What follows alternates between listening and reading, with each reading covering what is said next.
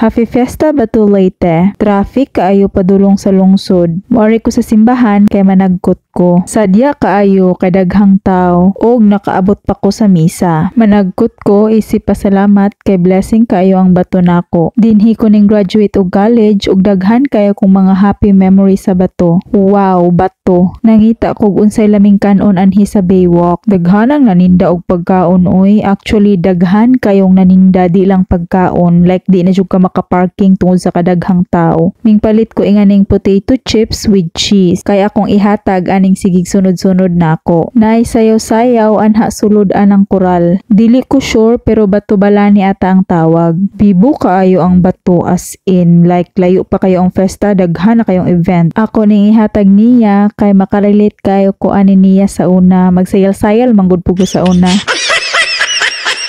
Maayo pod kay yang gi-share sa iyang katropa. O tanawa, nice kayo ang ilang costume, di ba? Siga kayo murag mga buyog.